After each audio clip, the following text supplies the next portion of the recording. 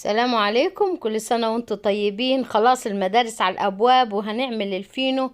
مش هنحتاج نشتري كل يوم، نعمل بالأسبوع بالأسبوعين الكمية طبعا اللي انت محتاجاه. عملت الفينو بطريقة سهلة، لا بيض ولا لبن ولا زبدة ولا أي حاجة. هنشوف مع بعض طريقة حلوة وسهلة اللي هي سر الأفران، وهنشوفها ازاي هنعملها مع بعض هش وطري. يلا ندخل الفيديو ونشوف المقادير ازاي هنعمل. هجيب نص كيلو دقيق، هعمل على نص كيلو دقيق. طبعا الكمية اللي انت عايزاها هتعمليها كيلو 2، طبعا الكمية اللي انت عايزاها. هجيب كوباية مية يدوبك فترة، حتى لو حطيتيها باردة راح تنفع عشان الجو اللي احنا فيه، هتبقى كويسة. انا خليتها فترة يدوبك تستحمل صبعك كده تحطي فيها. هحط معلقة خميرة وهحط معلقة سكر برضو معاها. حطيت معلقة الخميرة وهحط معاها كمان معلقة سكر بالطريقة دي. عايزة طبعا الخميرة الطازة برضه هتبقى كويسة، بس هتكون ضعف اللي هي الخميرة اللي هي الجافة. انا استعملت الخميرة الجافة. هنقلب كله مع بعض وهحط معاها كوباية كمان دقيق. حطينا كوباية الدقيق وهنقلب دي وهنركنها 10 دقايق. هنسيبها بالطريقة دي وهنسيبها 10 دقايق لغاية ما تخمر. طبعا الخميرة هتكوني مجرباها الأول، تلفيها في شوية مية الأول تجربيها تشوفيها هي شغالة ولا لا، أو تشوف المنتج بتاعها كام. خمرت بالطريقة دي، ركنتها ل10 دقايق وعملت البابلز ده، خمرت كده. فخلاص راح نحط عليها باقي المقادير. هحط عليها اللي هي نص كيلو الدقيق، نص كيلو كده الدقيق حطيناه. وهحط برضو عليها رشة الملح، بس يمكن ما بانتش في التصوير. حطينا لازم رشة الملح في كل المخبوزات، حتى الحلويات لازم نحطها. وهحط كمان معاها معلقتين سكر. معلقتين السكر اللي حطيناهم هيغير معلقة السكر اللي حطيناها في الخميرة. دي حاجة ودي حاجة، هتخلي طعمه حلو وجميل، مش مسكر لكن هتخلي له طعم. وهحط كمان ربع معلقة بيكنج باودر معاها. وهحط برضو معلقة صغيرة خل، معلقة صغيرة ممسوحة كده، مش معلقة كبيرة، من الصغيرة خالص بالطريقة دي. ورايحين نعجن لفيت كل الخليط كده مع بعض وراح انقله للعجان وهنعجن. وهنضيف له برضو معلقتين زيت. ضيف طبعا المية بالتدريج، باقي المية عشان نكمل العجين هنحطها بالتدريج. برضو المية اللي هنحطها مية دافية. وهحط برضو معلقتين زيت عليهم، معلقتين ممسوحين، معلقتين كده صغيرين زيت عليهم. وهكمل المية بالتدريج لغاية ما نكمل عجن وتبقى العجينة ملساء حلوة كده بالطريقة دي. المية شوية شوية.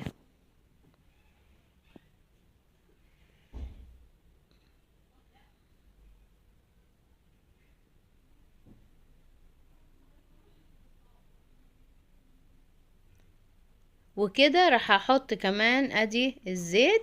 لما دخلت العجينة كلها ببعض وتلمت كل المقادير وخلاص ابتدت تتكون على بعض وتلف وتخلع من الحلة بتاعت العجان، خلاص كده حطيت معلقتين الزيت. وهكمل عجن لغاية حوالي 10 دقايق، ربع ساعة بنعجن فيها. كل ما تعجني فيها تديك نتيجة افضل بالطريقة دي كده. وخلاص عجناها وملكناها خالص في بعض، بقت العجينة مفتوحة وحلوة الطريقة دي.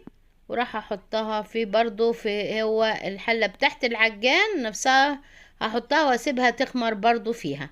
هغطيها كده فوطة بالاسترتش باي حاجة انت عايزة. شوف العجينة جميلة جدا، لا هي بتلزق ولا هي ناشفة جافة كده في ايدينا ولا ناشفة، لا.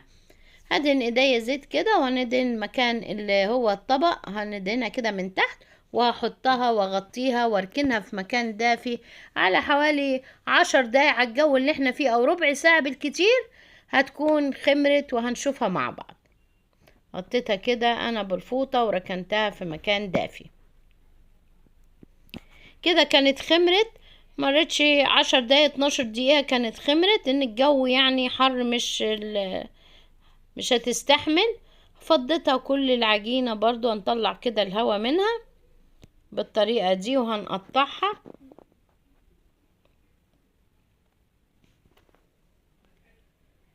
كده العجينة جميلة وطرية وهشة حلوة جدا. هنقطعها ونقطع على قد الأرغفة اللي احنا هنعملها بالطريقة دي. نقطعها كده ونحطها ونلفها ونحطها على الرخامة، وبعد كده نبدأ بأول واحدة احنا قطعناها هنبدأ نلف.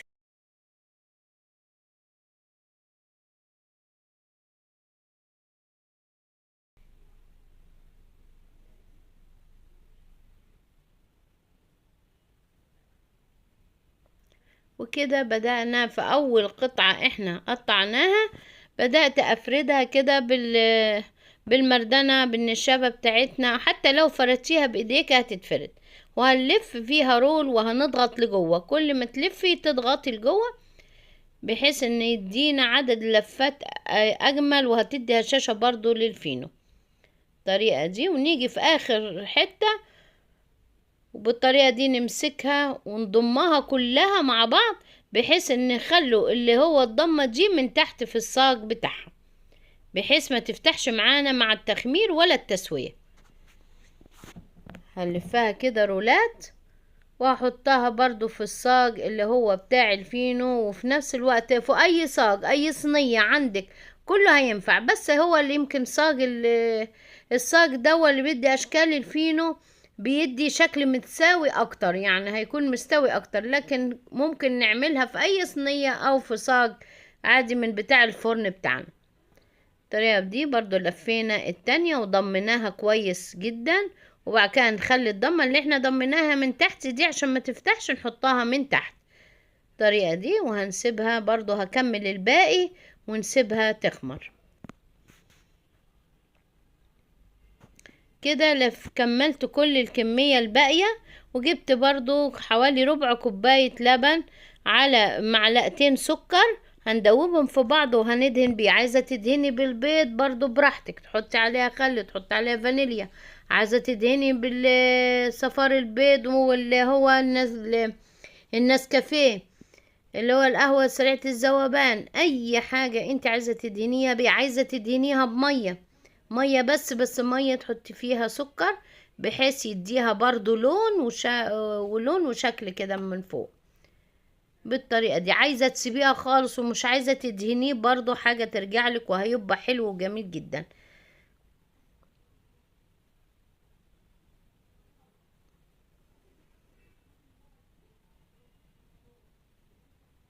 وكده سبته طبعا يخمر في مكان دافي وخمر وتبقي بالطريقة دي. وبرضو الباقيين رشيت عليهم حبة البركة، عايزة تحطي سمسم، عايزة تحطي حبة بركة، عايزة تسيبيه سادة زي ما سبت شوية سادة هيبقوا حلوين. وهندخلها على فرن سخنة على درجة حرارة 200 أو 250 أعلى درجة، بحيث ان هو يبقى يدخل على فرن سخنة. وبعد كده تحطيه يستوي لغاية ما يحمر بالطريقة دي. شوفي هش وجميل جميل جدا، خفيف خفيف خفيف. تجربة هتجربيه وهيعجبك،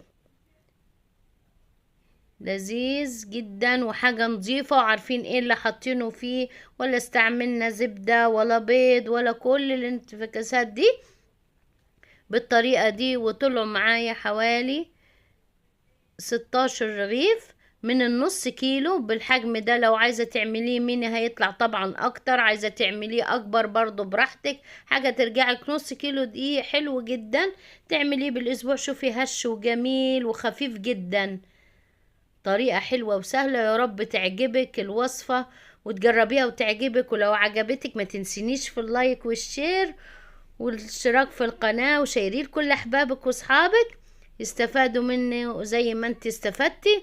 والى اللقاء في فيديو احلى واحلى. كل سنة وانتم طيبين، عام سعيد عليكم وعلى اولادكم يا رب.